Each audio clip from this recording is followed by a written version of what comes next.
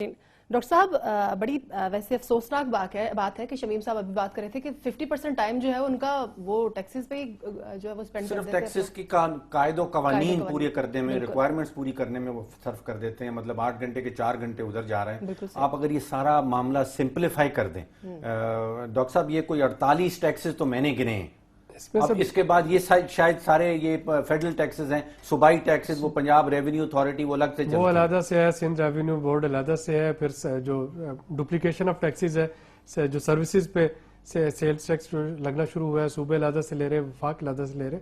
बहरहाल इसमें जो करने की जरूरत है, पैसे भले बढ़ा दें लेकिन नंबर ऑफ टैक्सेस कम कर दें, एक फॉर्म कर दें, एक जगह सेंट्रलाइज उसका मैकेनिज्म कर दें, बजाय इसके कि आपको 10 फॉर्म जमा कराना। और इंडिया ने इसमें कर दिया है। अब इंडिया की बहुत सी बातें हमें बुरी लगती हैं, लेकिन कोई बात जो उनकी अच्छी है, उन्होंने ये कर दिया कि उन्होंने इसको सिंप्लीफाई कर दिया प्रोसीजर को, और एक फॉर्म जो है वो इंट्रोड्यूस करवा दिया।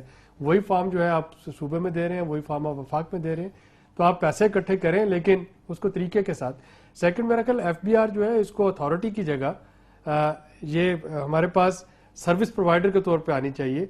यानी आप ये नहीं कर सकते कि इसको SHO का इख्तियार दे दे और उसके बाद फिर वो खुली छुट्टी है कि वो खुद ही एग्जीक्यूटर भी है, खुद भी प्रोसिक्यूटर भी है। अमेरिका में वो IRS कहलाती है, इंटरनल रेवेन्यू सर्विस। तो आप उसको यहाँ पे भी सर्विस कर, लेकिन सर्विस प्रोविजन कल्चर जो है वो हमें उसमें अडॉप्ट करना चाहिए। तो शमीम साहब की बात ठीक थी कि जो लोग टैक्स नेट में है कम से कम उनके साथ कर्टियस पेश आए। तो मेरा नहीं ख्याल कि पैसे देने से कोई घबराएगा। सिर्फ अक्सर लोगों की जो मेंटेलिटी और माइंडसेट जो हमने जब बात करते हैं SGPI के सर्वेस में, तो वो ये कहते हैं कि जी टैक्स देने से नहीं डरते, एक दफा उसमें आ गए तो फिर क्या हो। तो वो जो डर है कि जी एक दफा रिटर्न जमा करा दी, यानी जरूरी तो नहीं कि हर महीने हर साल मैं प्रॉफिट में हूँ। अगर मैं रिटर्न जमा कराता हूँ और मैं कहता हूँ जी नील है, कोई प्रॉफिट नहीं कमाया, तो ठीक है, ये मेरा राइट है, आप उसको रैंडम ऑडिट में देख लें। लेकिन यहाँ पे हम डरते इस बात से हैं हमारे लोग कि जी एक दफा रिटर्न जमा करा दी तो फिर फंस जाएंगे, इससे बेहतर है जी पैसे दे दो। तो पैसे उनकी जेब से अब भी निकलते हैं, वो ब्लैक मनी में जाते हैं अंडर द हैंड। डॉक्टर साहब ये पैसे तो सब 20 करोड़ अवाम के हैं जो टैक्सेस जमा करवा रहे हैं। अभी वो गुलबशन के हवाले से जो केस चल रहा है इंटरनेशनल कोर्ट ऑफ जस्टिस में, वहां पे सुना यह गया है कि इंडिया की तरफ से जो वकील आए थे, हर्ष साल्व शायद उनका नाम था, उन्होंने 1 रुपए का टोकन फीस ली है। और हमारी हुकूमत ने जो खावर कुरैशी साहब को अपना वकील किया, पहले तो शायद ये पाकिस्तान में प्रैक्टिस नहीं करते हैं, इनका चेंबर जो है वो लंदन में है।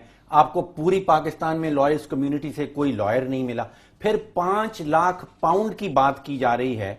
ये केस हारने के लिए उनको 5 लाख पाउंड दिए गए। अब 5 लाख पाउंड तो कोई 7 करोड़ रुपया बन जाएगा। उसकी अगर आप रोटियां बांटना शुरू कर दें लाहौर शहर में जहां 1 करोड़ की आबादी है, तो उसका मतलब कि 70% लाहौर के शहरियों को आप रोटी दे देंगे, जो आपने यहां एक ऑलरेडी अमीर लॉयर को 5 लाख पाउंड दे दिए। पता नहीं, कल एक बड़े क्रेडिबल सोर्स से ये कहा गया था कि जो वकील है वो उनकी तरफ से उन्होंने ढूंढ के दिया था। तो अब ये मामला थोड़ा सा इसमें मजीद कॉम्प्लिकेट हो गया कि वकील साहब आए कहाँ से थे। लेकिन मेरा ख्याल है कि इस केस को हमने कॉम्प्लिकेटेड कर दिया। ये एक सिंपल केस था। हम गुलबशन के साथ जो भी सलूक करें, हमारी अदालतें जो भी सलूक करें, वो हमारा प्रेरोगेटिव है। कॉन्सुलर एक्सेस आजकल के टेक्नोलॉजी के दौर में 50 खुफिया कैमरे लगा के, 50 माइक्रोफोन लगा के, उसमें क्या ऐसा कुछ न्यूक्लियर बम का सीक्रेट था जो कि नहीं दिया जा सकता। आप कहना काउंसलर एक्सेस उनको दे दी जाती, एक सिंपल इशू था, मॉनिटर करते रहते, आप उसको मॉनिटर करते रहते, वो इंटरनेशनल कोर्ट ऑफ जस्टिस तक बात पहुंचती ही ना। लेकिन अगर वो पहुंच गई है तो उसका जो मैं इसके पॉजिटिव पॉइंट देख रहा हूँ, इंडिया हमेशा से ये जिद करता था कि जी ये पाकिस्तान और हिंदुस्तान के जो बायलैटरल तनाज़ात हैं, इसमें आर्बिट्रेशन की गुंजाइश नहीं है, हम कॉमनवेल्थ मेंबर हैं, हम आपस में करेंगे। और जब भी पाकिस्तान कश्मीर समेत किसी भी तनाज़े को इंटरनेशनल कोर्ट्स में लेके जाना चाहता है तो इंडिया उसको रेजिस्ट करता है। तो अब इंडिया ने खुद अगर पहल कर दी और इंडिया का एक प्रेसिडेंट बन गया, तो शायद इससे कल को कोई बेहतरी की सिचुएशन पाकिस्तान के लिए निकले। बड़ा अच्छा पॉइंट ढूंढा कि पहले तो वो कहा करता था कि ये कॉमनवेल्थ, यानी जो कुछ पाकिस्तान 70 साल में नहीं कर सका कि इंडिया को कन्विंस कर सके कि इंटरनेशनल कोर्ट ऑफ जस्टिस में जाना है, वो कुलभूषण ने एक दिन में कर दिखाया। तो मेरा ख्याल है कि ये एक उस पर उम्मीद की। तो आपका इशारा कश्मीर की तरफ जा रहा है कि कश्मीर का इशू भी हम इंटरनेशनल कोर्ट, हाँ जी, आपके बहुत से बायलैटरल इश्यूज ऐसे आते हैं। कल को हम भी जो वहां पे इंसानी हकूक की खिलाफ वर्जियां अगर हो रही हैं इंडिया के अंदर इंडियन ऑक्यूपाइड कश्मीर के अंदर, तो डॉक्टर साहब ये उसी सूरत में ही हो सकता है कि ये कुलभूषण वाला फैसला जो ये हमारे हक में आ जाए, फिर ही हम आगे लेके जाएंगे। आई मीन फैसला तो जो भी आएगा वो तो पाकिस्तान एक सॉवरेन कंट्री है, हमारे पास ऐसे प्रेसिडेंसीज भी मौजूद हैं जहां पे कि इंटरनेशनल कोर्ट ऑफ जस्टिस ने कोई फैसला दिया, जर्मनी ने उसको नहीं माना, अमेरिका ने उसको नहीं माना, लेकिन वो डॉक्टर साहब अच्छा वो एक अच्छी ट्रेंड नहीं वो एक ट्रेंड अच्छा नहीं, पाकिस्तान मरीख में तो नहीं रहता, वो एक ट्रेंड अच्छा, वो ट्रेंड अच्छा नहीं बनता है। एक आलमी ढांचा है, कानूनी ढांचा है, एक आलमी माशी ढांचा है, उसका हिस्सा रहना तो फिर यकीनी तौर पे इस पर पहले से सोच लेना चाहिए था कि ऐसी नौबत ही ना आने दी जाए।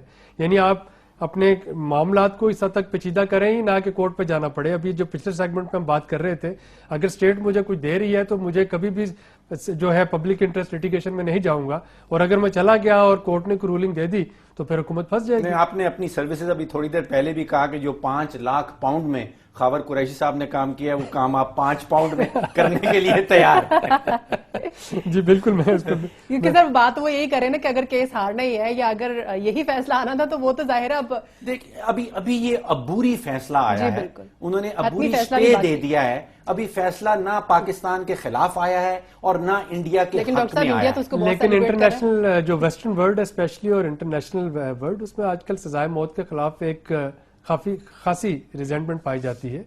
और मुझे यही लगता है कि अगर ये सजाए मौत का फैसला ना होता तो शायद फैसला पाकिस्तान के हाथ में आने के इम्कान काफी ज्यादा थे। लेकिन चूंकि यहाँ पे ये कैपिटल पनिशमेंट है, और कैपिटल पनिशमेंट को इस वक्त जितने भी वहां पे जजेस बैठे हैं। डॉक्टर साहब एक चीज यहाँ पे जहन में रखनी जरूरी होगी कि ये सिर्फ जासूस नहीं था, ये दहशत गर्द भी है। इसके हाथ हजारों पाकिस्तानी का खून किया है इसने, उनको फाइनेंस भी किया है और उनके ऊपर अमल दरामद भी करवाया है। तो सिर्फ जासूस नहीं है, ये दहशत गर्द भी। उसके लिए फिर अब हमें अपना केस प्रेजेंट करना होगा कि जो एविडेंस उसके खिलाफ है उसको हम उठाएं और वो बिल्कुल सर, हमने देखा कि जब ये केस पाकिस्तान की तरफ से प्रेजेंट किया गया तो 90 मिनट्स का टाइम था, लेकिन सिर्फ और सिर्फ 50 मिनट्स में दलाइल मुकम्मल कर लिए गए।